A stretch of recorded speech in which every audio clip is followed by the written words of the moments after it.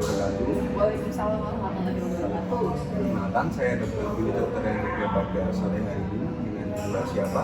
Mbak Evi, Mbak Evi. Mbak Evi usia berapa, Mbak? 20 tahun.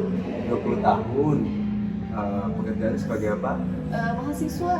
Mahasiswa ya? Semester berapa kalau boleh tahu? Baru masuk Baru masuk. semester 2 Oh, di mana? Masuk di mana? ini di UNY. Di UNJ. Ngambil apa ya, Mbak? Ambil ini kedokteran gigi. Kedokteran gigi. Oh, iya. Kalau boleh tahu ada masalah apa Mbak di sini, Mbak? Iya, saya mau konseling sih dok. Konseling, perihal apa, Mbak? Di perihal saya merasa agak sedikit terbebani mas kuliah kedokteran gigi ini.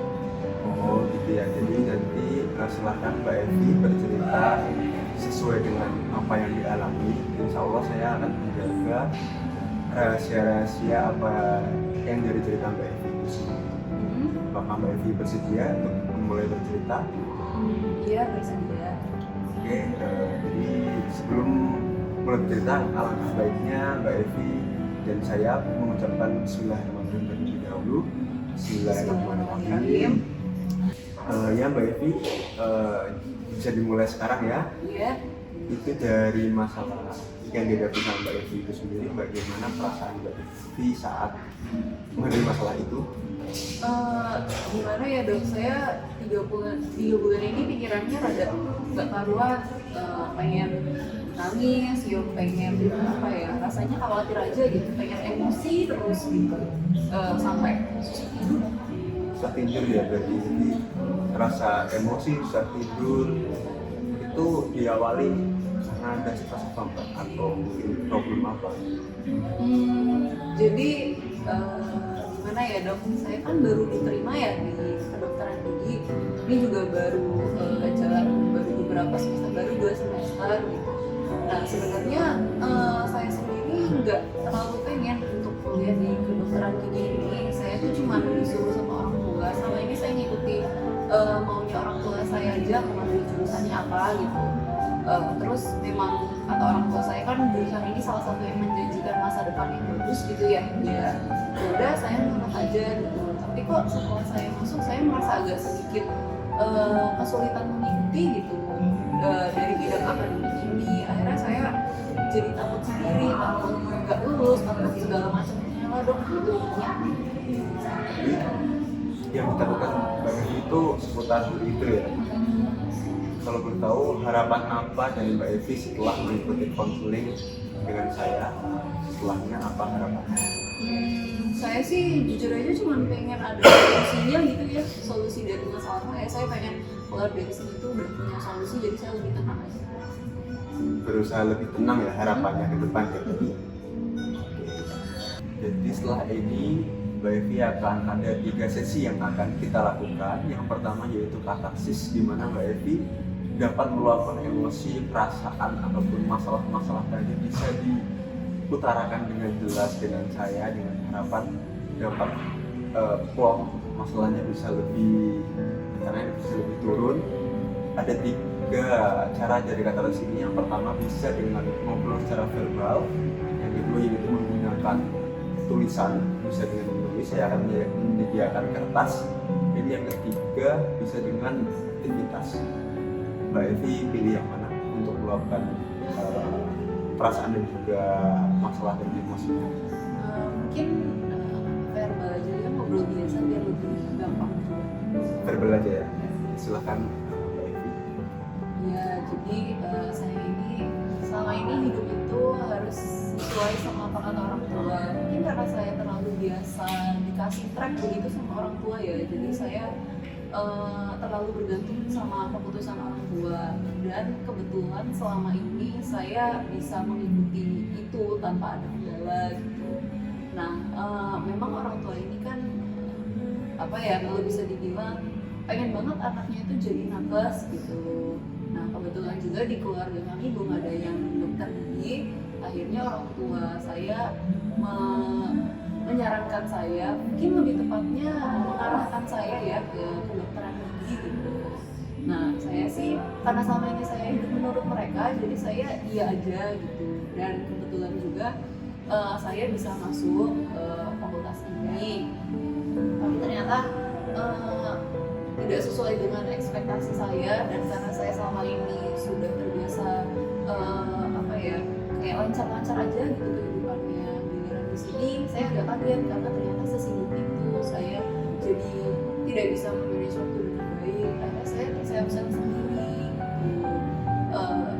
Ya gimana ya, orang tua saya juga kan menekan saya untuk terus bisa sebaik yang dulu, tapi faktanya tidak bisa. Saya jadi stres sendiri ya gitu sih kurang lebihnya. Jadi saya terus merasa tertekan sampai saya juga nggak bisa tidur, ya stres sendiri aja karena nggak punya solusinya. Itu sih kurang lebih. Jadi seperti itu ya. Jadi setelah Mbak Evi meluapkan emosi dan juga cerita masalah tadi, gimana sekarang perasaannya Mbak Evi? Ya lumayan sih dok, lumayan lega karena ada orang yang mendengarkan cerita saya. Lumayan lega ya, berarti lebih mendingan ya daripada tadi sebelum kita melakukan ngobrol-ngobrol seperti ini, yaitu dengan teknik katarsis tadi. Berarti sekarang lebih mendingan ya dari masalahnya. Jadi ini kita masuk ke sesi yang kedua Mbak Evi, yaitu sesi konseling, di mana Mbak Evi dapat memahami situasi diri sendiri dan harapan kedepannya adalah dapat mengatasi masalah itu dengan apa yang dimiliki oleh diri Mbak Evi itu sendiri dengan cara teknik SWOT, yaitu S-nya itu strength, di mana Mbak Evi dapat mengutarakan apa kelebihan dari Mbak Evi itu sendiri. Yang kedua yaitu weakness, di mana Mbak Evi dapat menginformasikan atau mengetahui apa kelemahan dari Mbak Evi. Dan yang ketiga yaitu opportunity, di mana adakah kondisi di mana situasi itu Mbak Evi didukung oleh pihak apa, bisa jadi orang tua, ya, teman dan lain-lain. Yang keempat ada threat, yaitu di mana hambatan dalam kondisi yang sekarang Mbak Evi alami. Bisa diceritakan mulai dari yang S Mbak Evi? S itu tadi kelebihan saya ya Bu? Iya. Mungkin kelebihan saya itu saya cepat adaptasi ya di lingkungan baru, karena selama ini saya nggak pernah mengalami masalah karena saya Bisa beradaptasi berarti ya, kelebihan dari Mbak Evi itu sendiri ya. Yang kedua yaitu weakness, di mana kelemahan dari Mbak Evi bisa dibicarakan. Saya juga baru tahu weakness-nya setelah masuk ke kedokteran gigi sih. Mungkin saya cepat stres, jadi kalau ada tekanan dikit saya langsung stres. Langsung stres gitu ya, gampang stres dan ada cemasnya gitu ya berarti dari Mbak Evi. Kalau dari yang jadi ke opportunity apa? Opportunity itu apa yang mendukung saya ya? Iya. Mungkin saya masih punya teman dan keluarga yang bisa mendukung saya untuk terus maju dari kedokteran gigi. Kalau dari threat atau hambatan yang sekarang dalam kondisi yang Mbak Evi alami, adakah?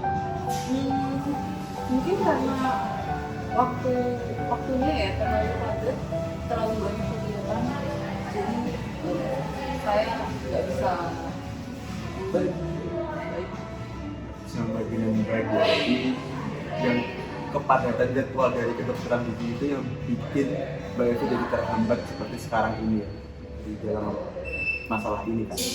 Jadi setelah Mbak Evi tahu dari SWOT tadi, yaitu terutama kita di kelebihan dari Mbak Evi sendiri, apakah Mbak Evi bisa menghadapi masalah ini? Gimana ya dok ya, saya Atau sih menemukan solusi dari masalah ini gitu?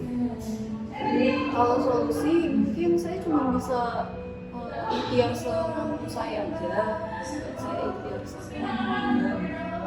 Biar ya lebih baik ya kan. Dari tadi kan Mbak Evi berbicara masalah udah beradaptasi. Apakah adaptasi itu bisa membantu Mbak Evi dalam hal ini? Lumayan sih, lumayan bisa membantu kok.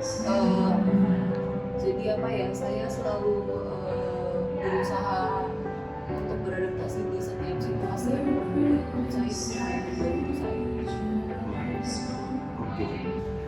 kita masuk ke sesi yang ketiga ya Mbak Evi, yaitu teknik psikoedukasi, di mana dalam teknik ini saya akan memberikan saran-saran kepada masalah yang Mbak Evi alami tadi.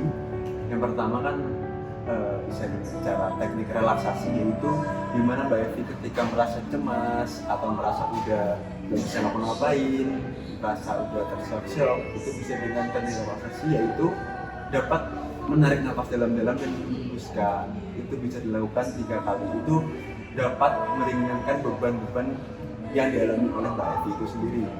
Dan yang kedua bisa dengan memanfaatkan situasi dari teknik sebelumnya, yaitu SWOT, di mana Mbak Evi mempunyai kelebihan yaitu mengadaptasi. Jadi dapat adaptasi dengan baik dalam ada hal-hal yang baru, yaitu di mana Mbak Evi dapat mencari teman yang baru, teman seperjuangan, di mana nantinya Mbak Evi dapat berjuang bersama di kedokteran gigi.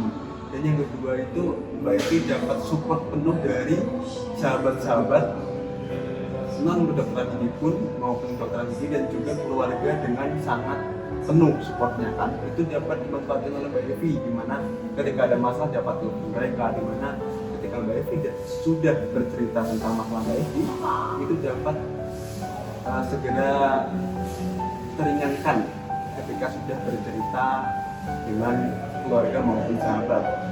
Dan yang ketiga, jangan lupa Mbak Evi untuk refreshing setiap bulan agar kondisi Mbak Evi tidak sepaneng maupun mudah cemas, dengan cara ketika habis ujian itu bisa Mbak Evi main dengan teman-teman kemana, ke kafe atau nonton atau olahraga, bisa dengan seperti itu. Jadi Mbak Evi tidak terus memikirkan tentang pelajaran yang akan Mbak Evi alami. Jadi seperti itu ya Mbak Evi ya. Setelah kita melakukan 3 teknik tadi, bagaimana perasaan dari Mbak Evi sendiri sekarang?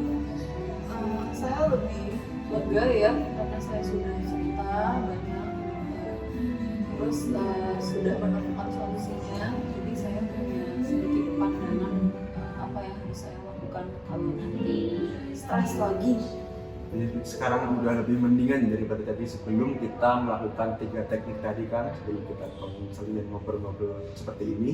Iya. Lebih mendingan ya. Iya. Dan bagaimana pemahaman Mbak Evi tentang masalah tadi, bisa diceritakan lagi jadi setelah kita konseling hari ini? Ya, jadi saya harus bisa memanfaatkan kelebihan saya tadi, yaitu beradaptasi dengan baik. Mungkin saya bisa mencari lebih banyak teman untuk berbagi penderitaan. Jadi karena yang stres mungkin bukan cuma saya, jadi saya bisa bertukar cerita dengan teman.